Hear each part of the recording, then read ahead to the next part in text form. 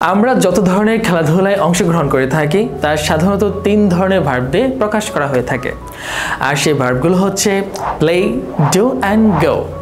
এখন কথা হচ্ছে আমি কোন ধরনের খেলার সাথে কোন ভার্বটা ব্যবহার করব। সো চলুন দেখে নেওয়া যাক।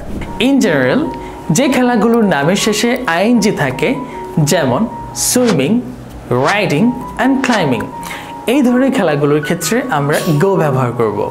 For example, go swimming, go riding and go climbing।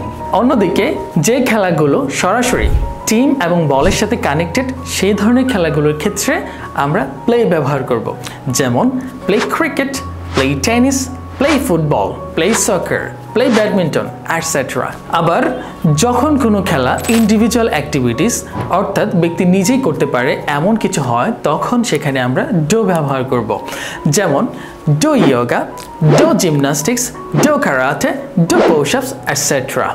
তাহলে আজকে আমরা কি শিখলাম? যখন কোনো খেলার নামের শেষে আইএনজি থাকবে তখন আমরা ব্যবহার করব গো। অন্যদিকে যখন কোনো খেলার সাথে সরাসরি টিম এবং বল কানেক্টেড থাকবে তখন আমরা ব্যবহার করব প্লে। এবং ফাইনালি যখন কোনো খেলা ইন্ডিভিজুয়াল অ্যাক্টিভিটিস বা ইন্ডিভিজুয়াল স্পোর্টস হবে বা ব্যক্তি নিজেই সম্পাদন করতে পারবে এমন কিছু, তখন সেখানে আমরা ডো ব্যবহার করব।